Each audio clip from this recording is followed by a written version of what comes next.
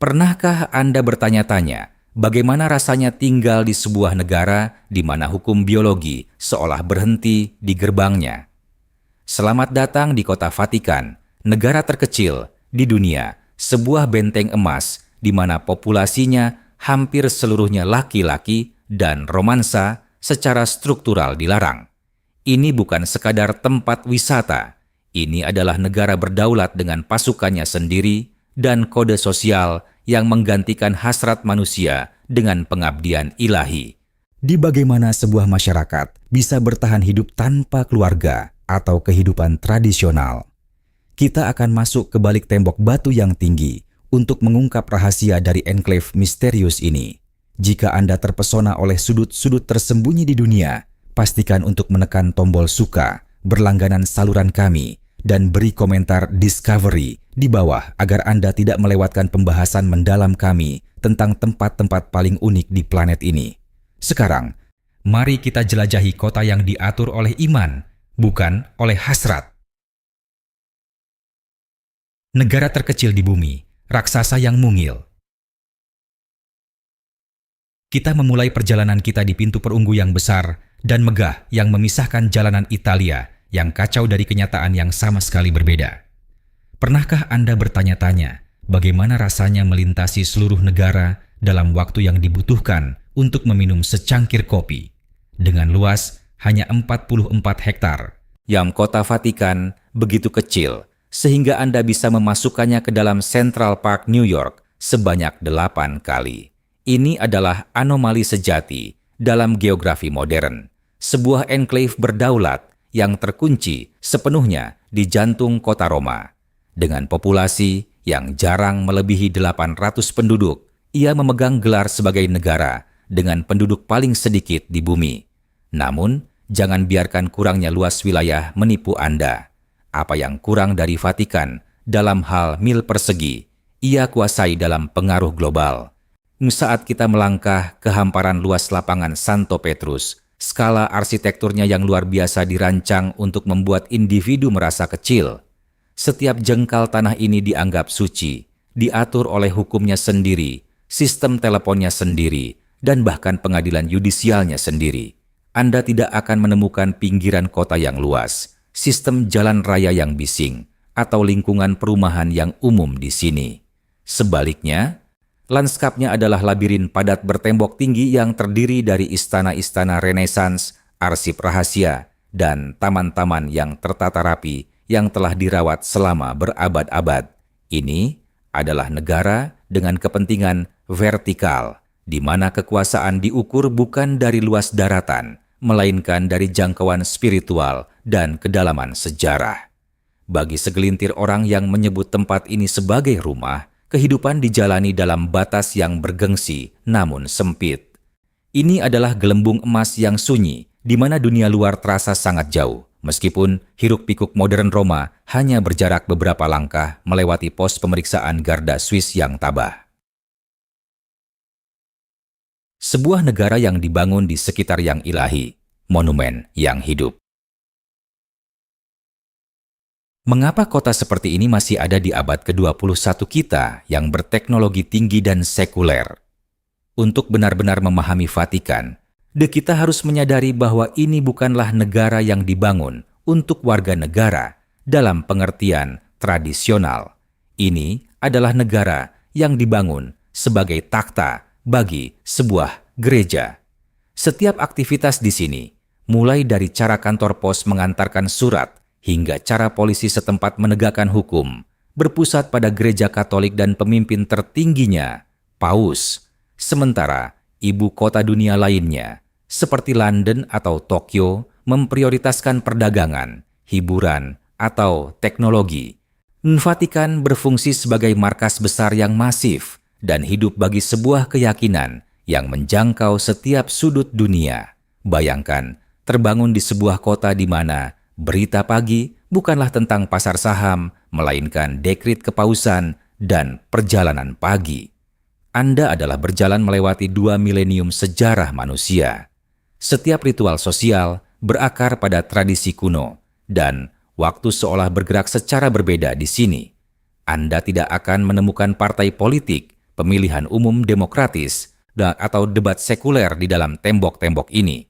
Ini tetap merupakan monarki absolut yang terakhir dari jenisnya di Eropa, di mana setiap dekrit melayani tujuan teologis. Saat Anda menyusuri koridor-koridor ini, Anda bukan sekadar penduduk, Anda adalah penjaga warisan spiritual. Atmosfernya penuh dengan kehidmatan yang mendalam dan megah, di mana udaranya selalu beraroma kemenyan dan suasana suaranya didominasi oleh dentang lonceng perunggu yang berirama, alih-alih deru, lalu lintas kota. Jad ini adalah masyarakat yang telah berhasil membekukan waktu, menciptakan tempat perlindungan di mana misi suci selalu didahulukan daripada kemajuan modern. Populasi paling tidak biasa di dunia, sebuah bangsa pendatang. Siapakah orang-orang yang cukup beruntung atau mungkin cukup disiplin untuk tinggal di dalam benteng suci ini? Jika Anda melihat sensus Vatikan, Anda akan menemukan profil demografis yang paling aneh di planet ini. Sebagai permulaan, tidak ada warga negara kelahiran asli di sini.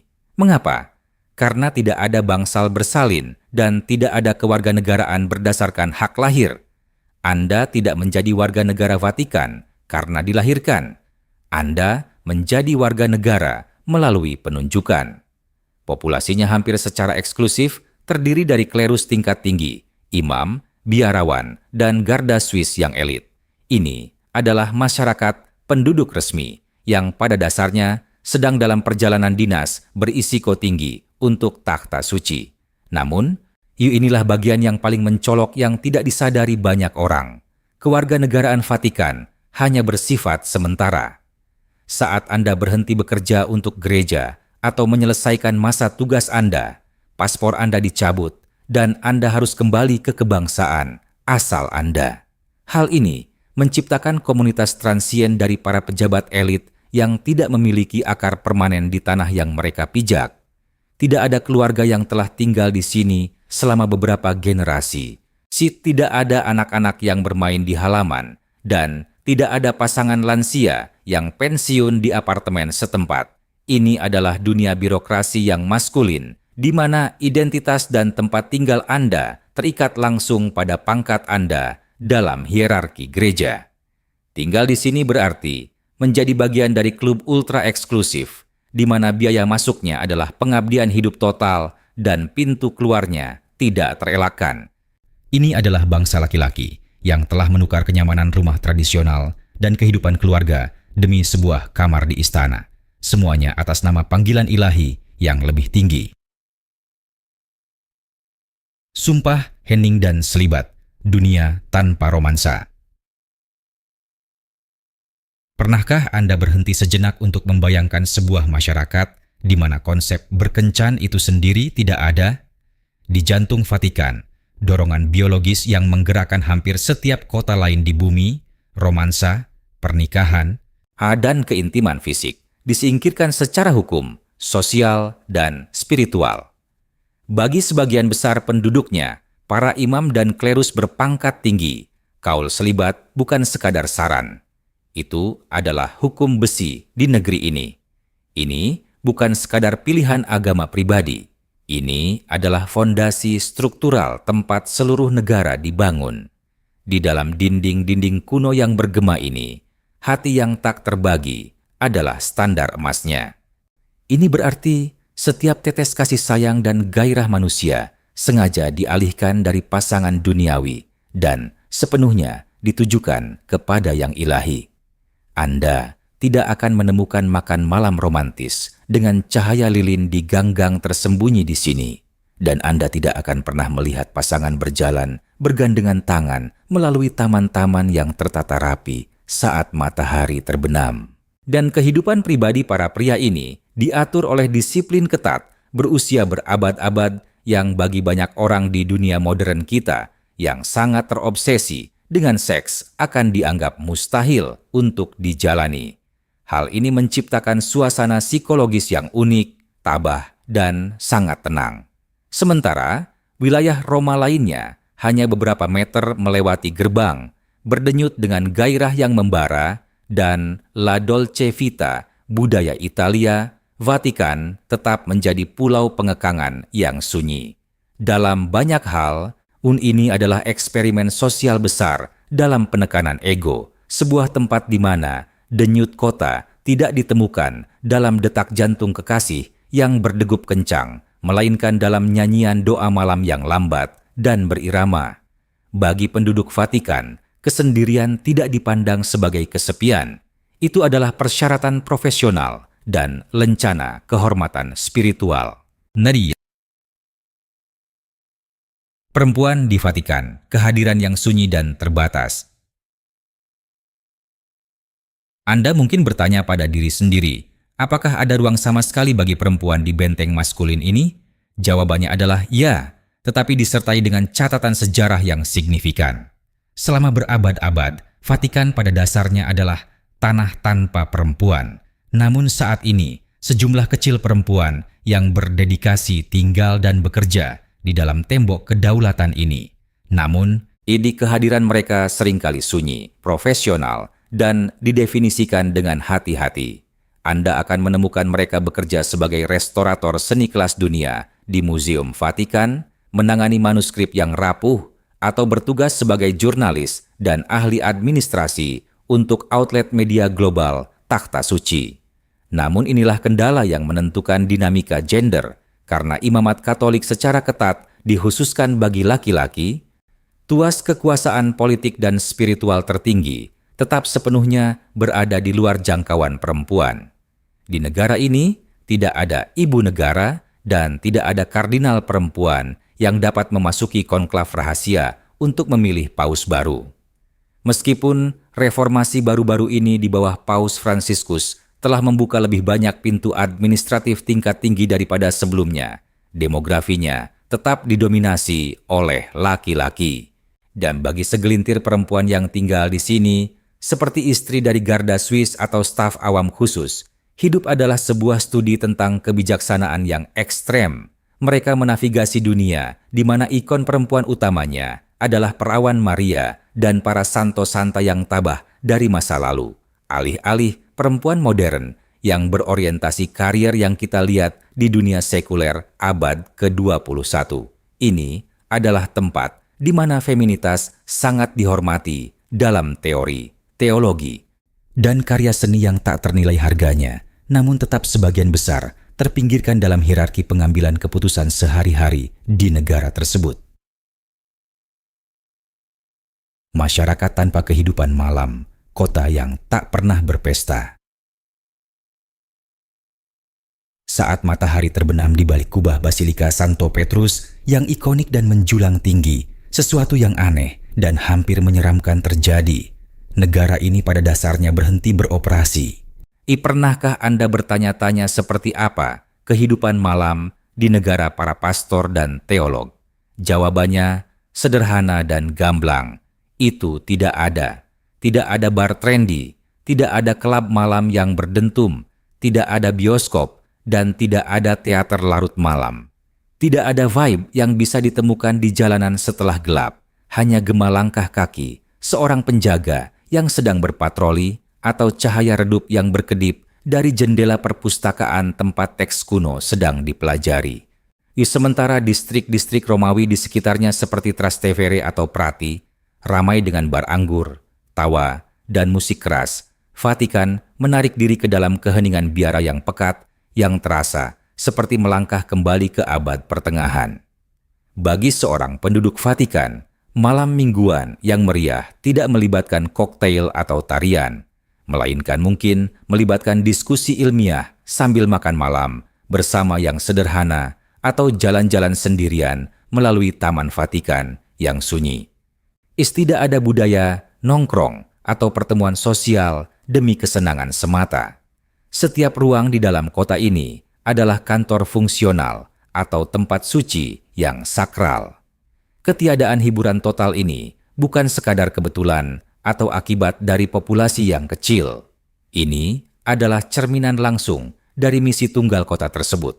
Ketika sebuah masyarakat dibangun sepenuhnya di atas pengangkatan roh, gangguan kedagingan, seperti menari, minum-minum, atau menggoda secara sosial, dipandang sebagai kebisingan yang tidak perlu yang menenggelamkan suara Tuhan. Ini adalah kota yang tidak pernah tidur, bukan karena berpesta, melainkan karena terus-menerus terjebak dalam siklus doa, refleksi, dan pekerjaan administratif. Kode kesopanan, dunia kerudung dan jubah. Pernahkah Anda menyadari bagaimana udara itu sendiri tampak berubah saat Anda melewati garis tak kasat mata menuju Vatikan? Ini bukan sekadar perubahan arsitektur. Ini adalah perubahan mendalam pada cara orang-orang membawa diri. Di negara kecil ini, tubuh manusia tidak dipandang sebagai kanvas untuk mode terbaru atau alat untuk daya tarik pribadi. Sebaliknya, ia diperlakukan sebagai wadah yang rendah hati bagi jiwa. Di sini, aturan berpakaian bukan sekadar saran sopan bagi turis yang memasuki katedral. Itu adalah hukum dasar negara yang mencerminkan nilai-nilai inti negara tersebut. Anda tidak akan menemukan tren panggung peragamilan yang mutakhir atau pakaian jalanan Roma yang trendy di dalam tembok-tembok ini. Sebaliknya, lanskap visual didominasi oleh jubah para klerus yang tak lekang oleh waktu dan menjuntai, hitam yang suram dari para imam, ungu yang megah dari para uskup, dan merah tua yang mencolok dari para kardinal. Namun apa artinya ini bagi para pengunjung dan segelintir kaum awam yang menyebut tempat ini sebagai rumah? Aturannya terkenal tidak kenal kompromi, tidak ada bahu terbuka, tidak ada rok pendek, dan sama sekali tidak ada pakaian provokatif.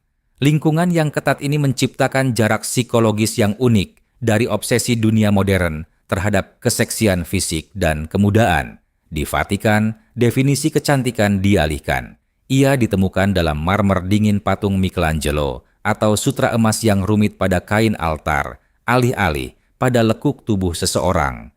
Dengan menstandarisasi pakaian dan menegakkan budaya kesopanan, masyarakat secara efektif menetralkan hasrat visual. Ini berfungsi sebagai pengingat visual yang konstan bahwa Anda berada di tempat di mana kehidupan batin dimaksudkan untuk melampaui penampilan luar. Dalam budaya global, lihatlah aku di media sosial dan kesombongan. Vatikan tetap menjadi tempat perlindungan yang langka dan sunyi dari tata krama. Lihatlah Tuhan. Garda Swiss, pasukan paus yang berwarna-warni dan selibat. Mungkin wajah-wajah paling terkenal dari Vatikan adalah para pria yang mengenakan seragam bergaris biru, merah, dan kuning ikonik yang terlihat seperti diambil langsung dari lukisan Renaissance. Namun, tahukah Anda bahwa di balik topi berbulu dan tunik bergaya, abad pertengahan itu terdapat salah satu unit militer paling elit dan sangat disiplin di dunia? Garda Swiss telah bertugas sebagai pelindung pribadi paus sejak tahun 1506, namun kehidupan mereka jauh dari sekadar dongeng. Untuk dapat dipertimbangkan masuk ke dalam pasukan eksklusif ini, persyaratannya sangatlah ketat. Anda haruslah seorang pria Swiss yang belum menikah, penganut Katolik yang taat, berusia di bawah 30 tahun, dan memiliki tinggi setidaknya 5 kaki 8 inci. Bagi para pemuda ini, kehidupan di dalam Vatikan adalah sebuah pelajaran tingkat tinggi yang tak henti-hentinya dalam hal presisi militer maupun disiplin spiritual. Namun, disinilah realitas pengabdian mereka menjadi sangat menarik. Bagi sebagian besar penjaga muda ini, kehidupan di kantor melibatkan ketiadaan total kehidupan sosial atau romantis tradisional. Meskipun mereka pada akhirnya diizinkan untuk menikah, aturannya sangat ketat. Mereka harus mencapai pangkat kopral dan berusia setidaknya 25 tahun sebelum mereka bahkan bisa berpikir untuk melangkah ke pelaminan. Bagi para penjaga junior, barak adalah satu-satunya rumah mereka dan tugas adalah seluruh hidup mereka. Mereka mewakili satu-satunya wajah muda dari sebuah negara yang sebaliknya cenderung jauh lebih tua. Namun mereka hidup di bawah awan pengekangan yang sama, beratnya dengan para klerus. Mereka adalah ahli dalam pertempuran modern dan kontraterorisme. Namun mereka menghabiskan hari-hari mereka dengan berjaga menggunakan tombak abad ke-16 yang secara sempurna mewujudkan perpaduan unik Vatikan antara keamanan abad ke-21 dan tradisi selibat kuno. Ekonomi iman, kekayaan jiwa. Bagaimana sebuah negara tanpa pajak penghasilan, tanpa industri berat, dan tanpa satupun pusat perbelanjaan berhasil tetap bertahan dan berkembang pesat? Anda mungkin akan terkejut mengetahui bahwa Vatikan adalah kekuatan finansial global. Namun, produk-produknya hampir seluruhnya tidak berwujud. Tidak ada bursa efek atau sektor teknologi di sini. Sebaliknya, ekonominya digerakkan oleh jutaan peziarah dan pelancong yang datang setiap tahun untuk mencari kepingan sejarah dan sentuhan ilahi. Museum Vatikan yang menyimpan beberapa harta karun seni paling tak ternilai di dunia berfungsi sebagai ekspor utama negara tersebut.